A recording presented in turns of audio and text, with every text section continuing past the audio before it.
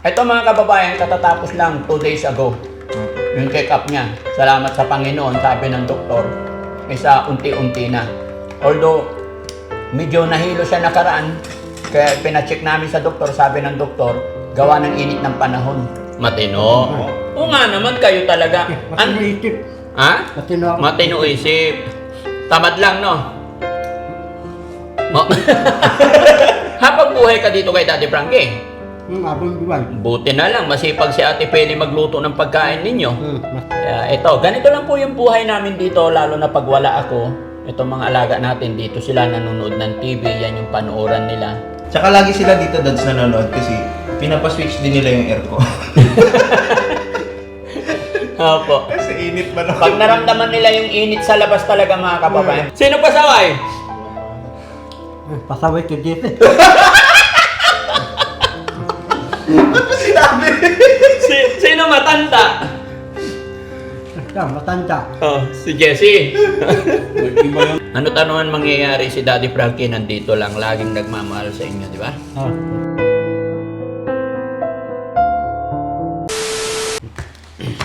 Morning mga kababayan.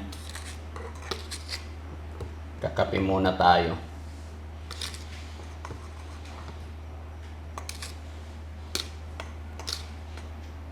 Bali si Aya taga-timpla nito mga kababayan, kaya lang nasabayan nila akong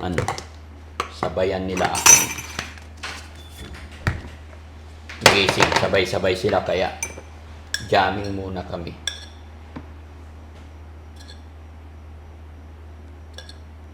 Tama ba itong ginagawa ko? Kaya JR, okay ka lang? Ha? Okay lang. Kumusta ang tulog mo? Ayos man. Masarap? Oh, Hindi nga. masarap. Okay. Kape muna tayo, ah? Ay, kain kayo pandisan. Oh. Habang timpla ko tayo. Oh. Kain kayo.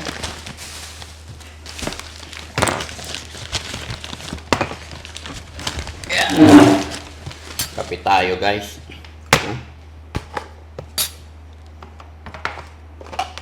Kapehin natin itong mga to. Pag wala ako dito mga kababayan, si Ate Peli ang kasama ng mga to eh. Ate Peli ang taga-alaga natin. Minsan kasi, pag nandito ako, lalambing ko itong mga to.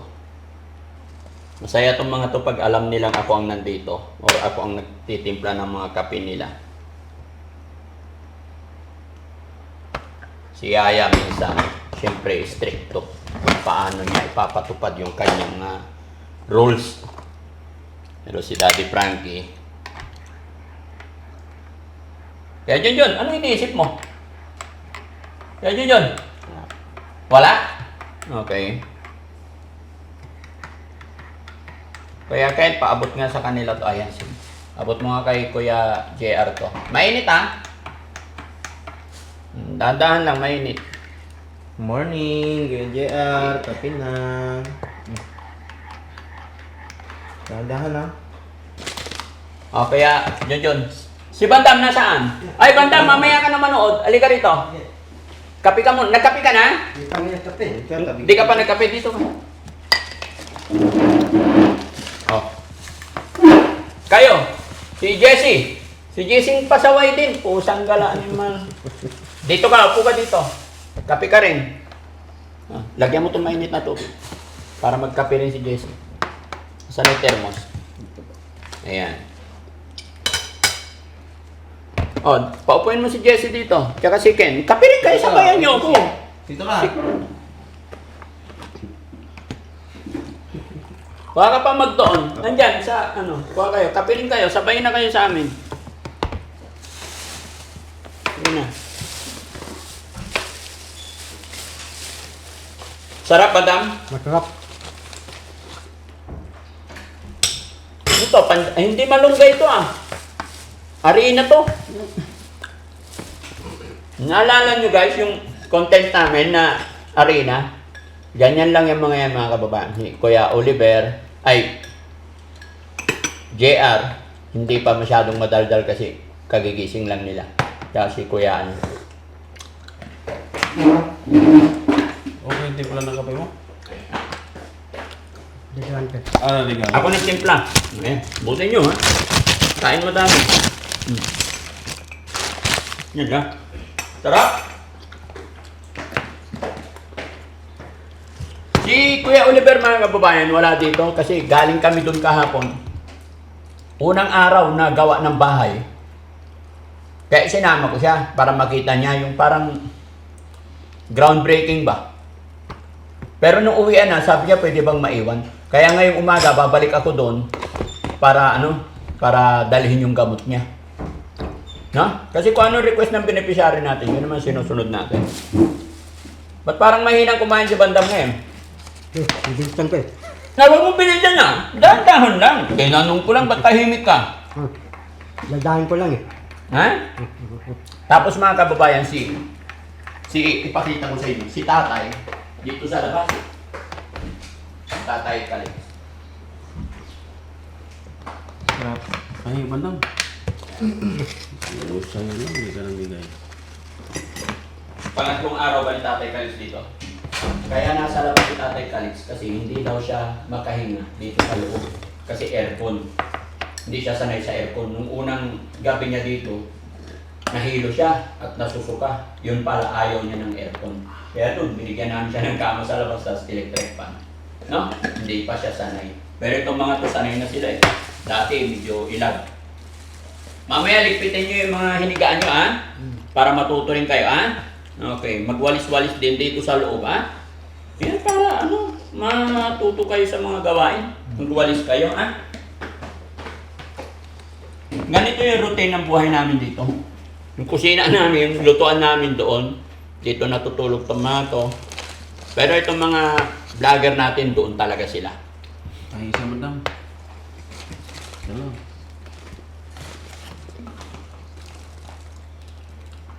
Busin nyo ha. Huwag ka nang manginig, relax lang. Okay pa yung gamot nito? Meron pa, no? Kailan yung schedule niya? Tandaan niyo yung mga schedule, ha? Ano po ito? June 15. June 15 yung balik natin. Ito mga kababayan, katatapos lang 2 days ago. Yung check-up niya. Salamat sa Panginoon, sabi ng doktor, isa unti-unti na. Although, medyo nahilo siya nakaraan, kaya pina-check namin sa doktor, sabi ng doktor, gawa ng init ng panahon. No? Pero wala naman daw problema. Sadyang tahimik lang. Kaya sana mga kababayan, mapanood ng mga kamag-anak to. Para iba kasi pagka makuha na matrack na natin ng mga kamag-anak. Siya pa bandang. Sarap. Bakit? Magkakaiba ba o pare-parehas? Pare-pareho lang ito. Hindi mo binuksan niya.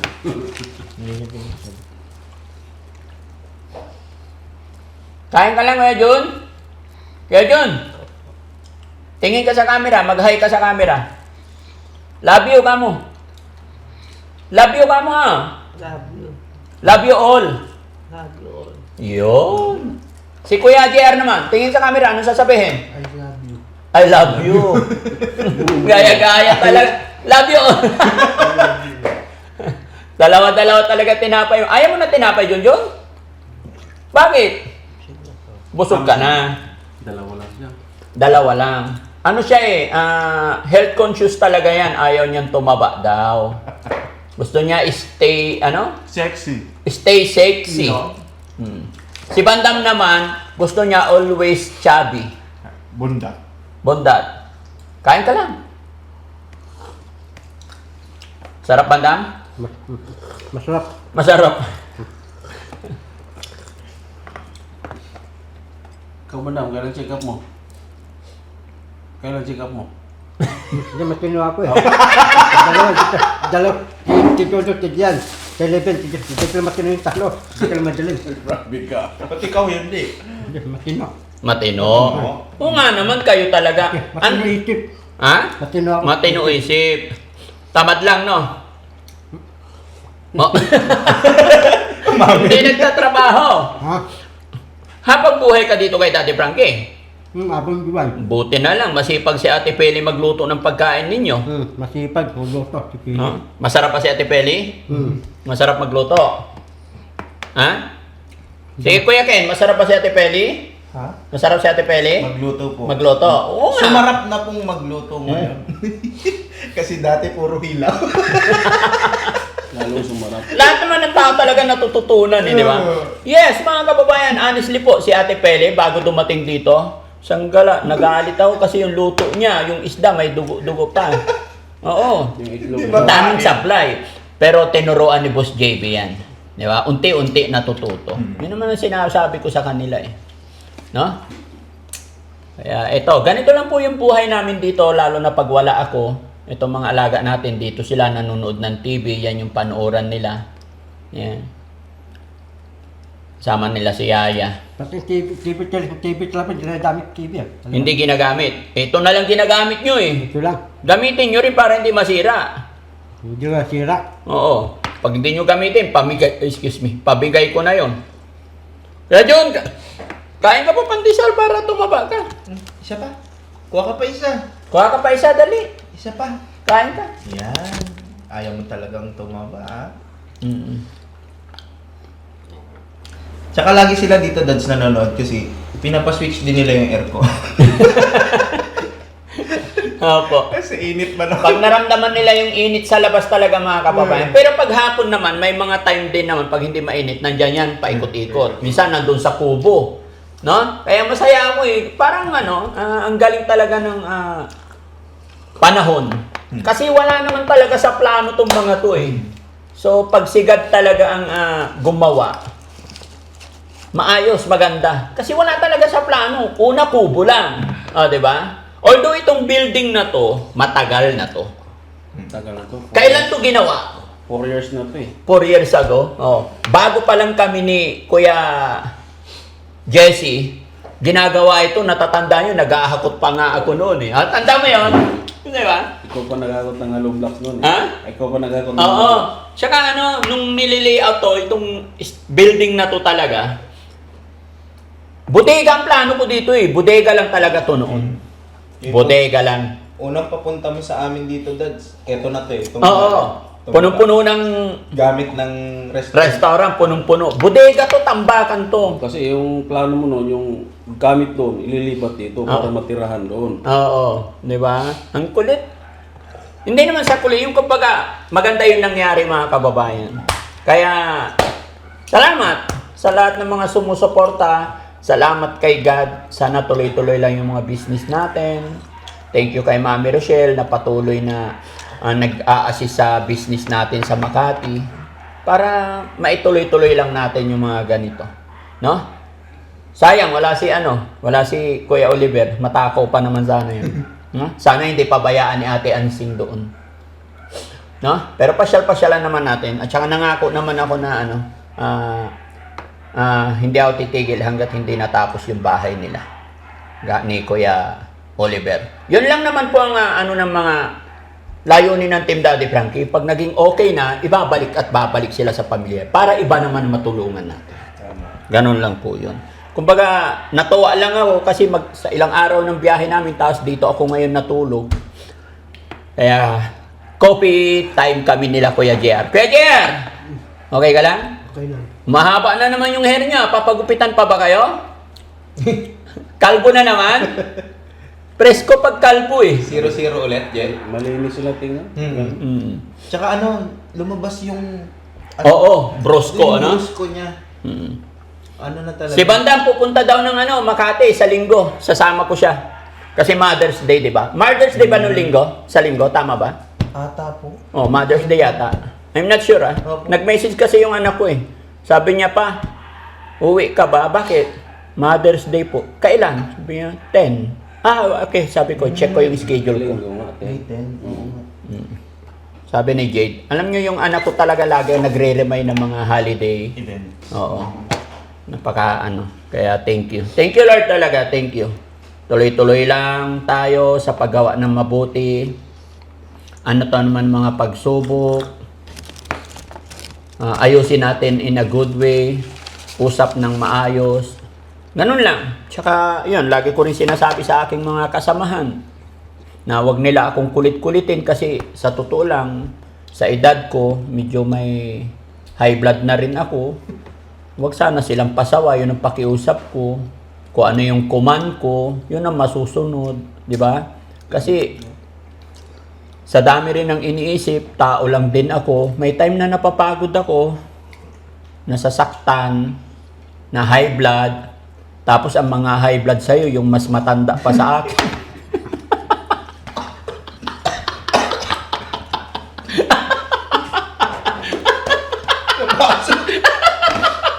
Tigpal lumabas.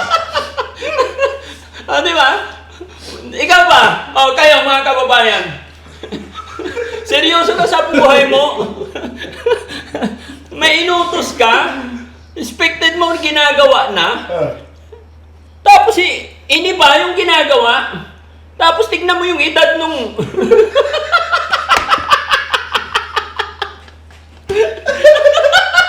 Huwag kang magtawa, mga lata nila. Ano? Gugulo talaga dugo mo. Ang expected mo, seryoso na sa buhay, pero mas pasaway pa sa... Siya yung pinaka-ma-senior. Wala naman sinasabing pangalan ah. Wala na pa. Hindi ka nang tingin sa akin. Tingin. Walang pangalan, tingin ka nang tingin. Di ba? Sino pasaway? Pasaway ka dito. Sinabi. Sino matanda? Siya, matanda. Oh, si Jessie. Iba yung turo mo. Bali, mabingi man na. Ganun dapat. Yan na. Aray ko. Hello, tuloy ako. Kape tayo mga kababayan. Sana may kape rin po kayo dyan. Pandesal po tayo. Ayan. Maaga namili si Kuya Sam ng pandesal. Tapos si Sam mga kababayan, pinagsasabihan ko rin yan kasi yung ugali ni Sam mga kababayan. Maliligo na daw siya. Pupunta sa CR, bubuksan niya yung faucet, sahod niya yung timba. Tapos pupunta doon sa loob. Iwanan niya yung tubig. Sabi ko, wag nang buksan pag wala pa kayo sa CR. Yung tubig kasi ang lakas-lakas ng presyo. Sayang yung tubig. Tapos malimutan nila. 20 minutes bago makabalik. Ay naku, sayang. Naku. Ganyan si Kuya Sam. Medyo nagkakaedad na rin yan si Kuya Sam. Kaya minsan nagagalit ako. Sabi ko, sayang ang kuryente. Nalimutin na eh. Ha? Nalimutin. Nakalimutan niya rin. Ikaw din. Pero, yan naman, good thing naman mga kababayan kasi ang turingan namin dito parang magkakapatid na we are always not perfect. Basta yun lang pinapakiusap ko na walang pikunan, kulitan lang. Pero pilitin din natin na tandaan yung command ng head. Kasi nakaka-high blood talaga. Oh, pangit yun. Yung mga high blood sa'yo, mas matanda pa sa'yo. Huwag mo akong tingnan, tingnan mo. Hindi nakakalata eh. Ano ba Dam? Mahina ka na kumain ah. Kaya pa. Ha? Kaya pa. Oo. Basta si Daddy Frankie mga kababayan laging nandito lang. Kahit anong mangyari, gagawa kami ng paraan para makatulong sa mga beneficiary natin. Hanggat ako'y pinagkakalooban ng Panginoon ng kalakasan ng katawan, binibigyan tayo ng blessing. Papatuloy tayo, anything happen po. Lagi pong, tandaan nyo mga kababayan, bawat bagay na nangyayari sa ating buhay, hindi pa natin alam or darating pa lang, pero si God mayroon nang nakaplano. May purpose po si God. Bawat kasuluk-sulukan ng buhay natin, alam na niya. Kaya kung ano man yung dumarating, nangyayari, gusto man natin yan o hindi, lagi lang natin titingalain ang ating Panginoon, ang ating Diyos Ama. No? Ganon po yung goal ni Daddy Frankie. Although, tao lang tayo na minsan talaga pag nandyan tayo sa biyahe, ang target natin halimbawa punta ako ng Batangas. Pero kalagitnaan pa lang nagkaroon ng aberya. May rason si God. Pero tayo dapat focus lang. Makakarating at makakarating tayo. Ano't ano man ang mga pagsubok. No? May plano, may purpose si God. Bawat isa sa atin. kahit ganito tong mga kapatid natin na walang alam, may mga pinagdadaan ng depresyon, may purpose si God na mas maganda bakit nangyayari ito. Maaring hindi pa ngayon, pero bukas, makalawa, may purpose talaga si God. Kaya mga kababayan, mga kabarangay, maraming salamat. Gaya na aking sinabi, kahit anong mangyari, nandito ang Team Daddy Frankie. Kami ay hindi magsasawa. Bakit umiiyak si Kuya Rab? Diba? Ano't ano man mangyayari sa buhay natin, Kuya Rab, may time talaga na ayaw natin, hindi natin gusto, pero talaga ayaw sa gusto mo mangyayari. Dahil may purpose si God. Maaring hindi para sa iyo ang bagay na to, kaya hindi pa panahon. So, okay yan. Iyak mo lang. May iyak si Rab, mga kababayan. Lumuluha. Bakit? Bakit, Kuya Rab?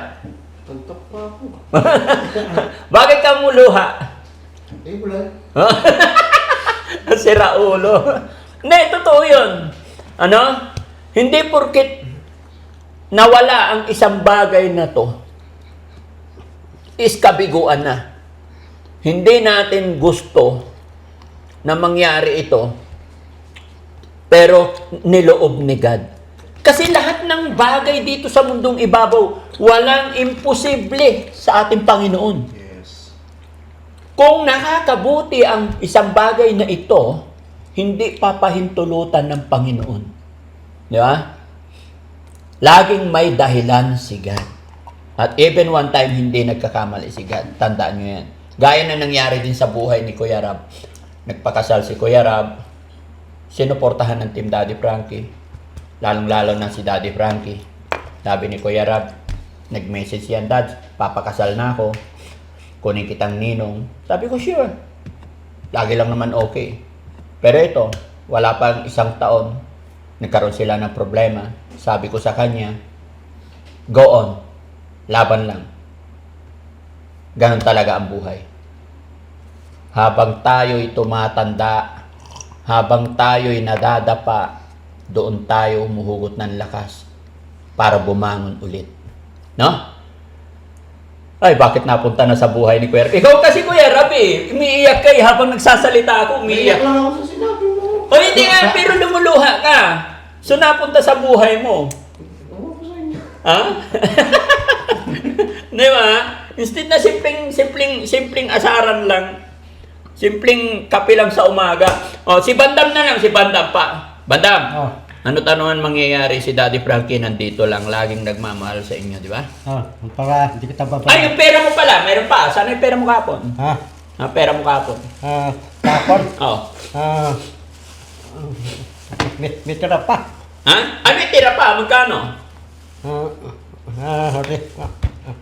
300. Hindi nga. Ah, Sige, hindi muna kita bibigyan. Mayroon pa pala eh. Busin mo yung kape mo. So, ha? Sige na. Okay, para makapag-ayos tayo. Salamat mga kababayan. Pinakita ko lang po sa inyo yung routine ng buhay namin pag umaga. Coffee. Si Yaya nandoon, si Ate Pelen doon sa kabila nagluluto ng almusal. Maya-maya lang mag-aalmusal din tayo. Salamat po, God bless. Bye-bye tayo, Kuya Oliver. Ay, Kuya Yan. Bye. Bye-bye po. Bye. bakit po?